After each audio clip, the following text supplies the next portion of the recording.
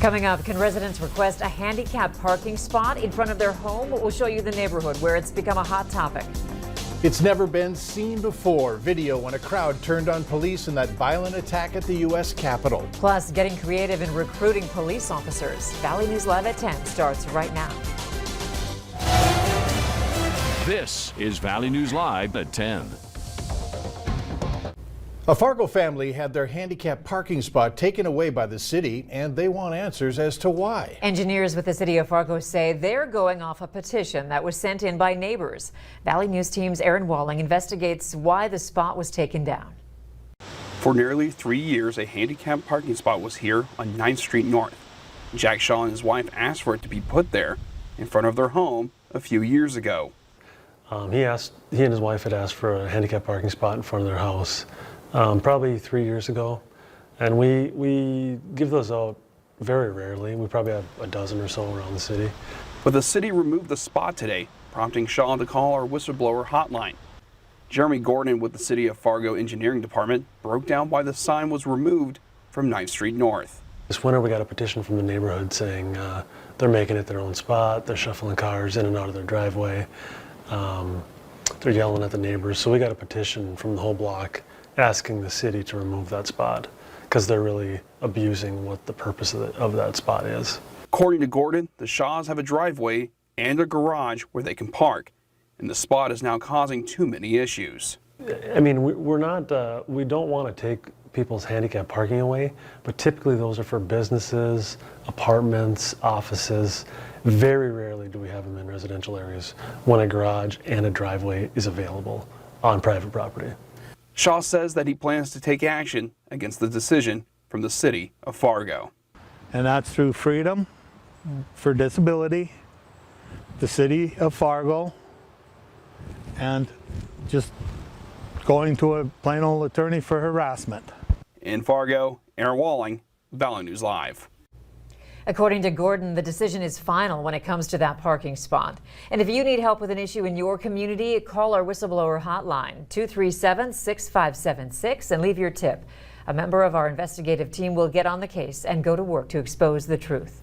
President Joe Biden signed into law the Juneteenth National Independence Day Act, giving the nation its 11th federal holiday. Both the president and vice president emphasize that the work still to be done to move the country forward into true equality.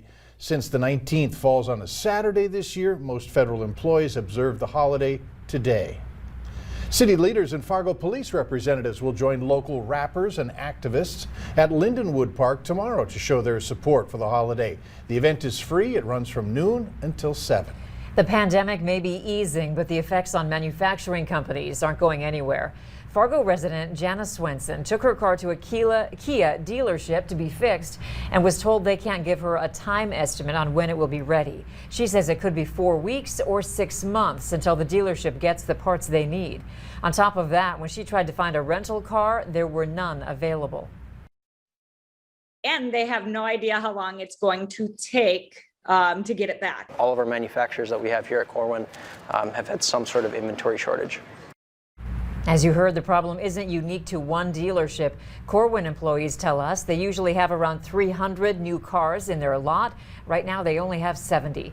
They say they're hoping the shortage will end soon so they can get back to meeting the demands of their customers. Newly released videos provide a chilling new look at the chaos at the U.S. Capitol on January 6th. That includes body camera footage that shows a man charging at a police officer with a flagpole and tackling him to the ground. Media organizations went to court to get this video, which is being used as evidence against 3 men charged with assaulting police. Valley News Team Stacey Van Dyke joins us live now with more on this story. Stacey? Mike, 4 new clips were released by the Justice Department today. A warning before we show them, this video is disturbing.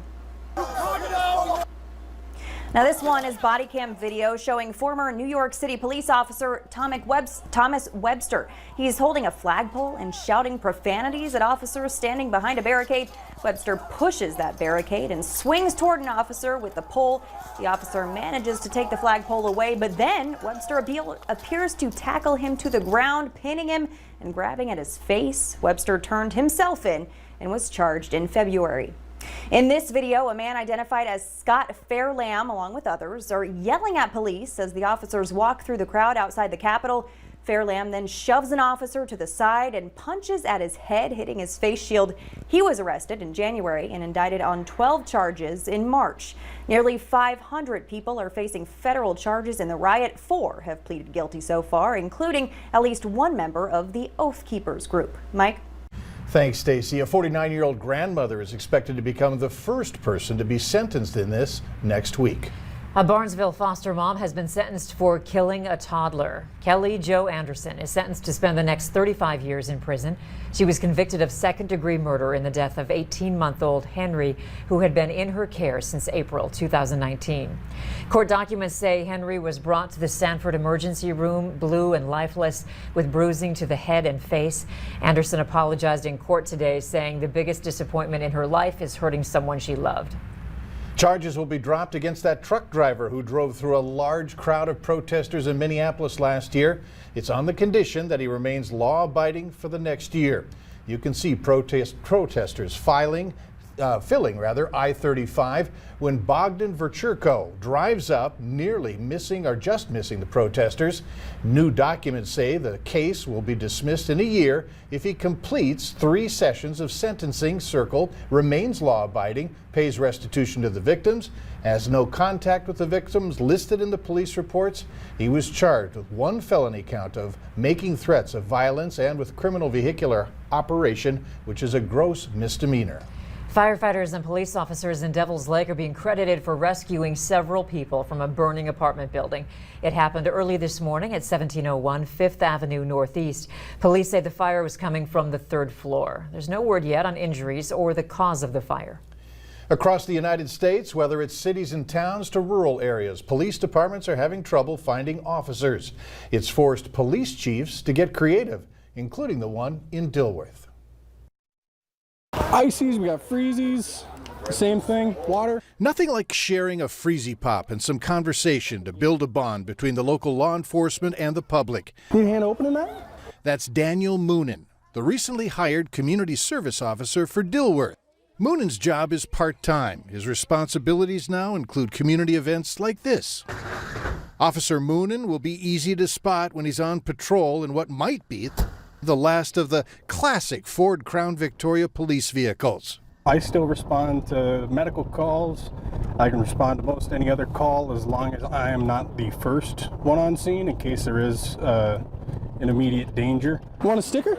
Moonen is always armed with stickers and ice cream coupons ready to give out. I got all kinds of goodies today.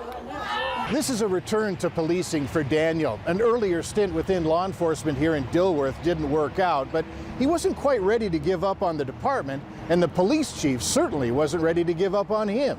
You know, we knew Dan had something in him, and I want to make sure that we develop that. Even though he's a licensed officer, as CSO, Moonen will only handle non-emergency calls. The chief is hoping that if this works for Moonen and a full-time position within the department opens, he'll consider applying. At this stage, are you worrying about whether that's the call for you?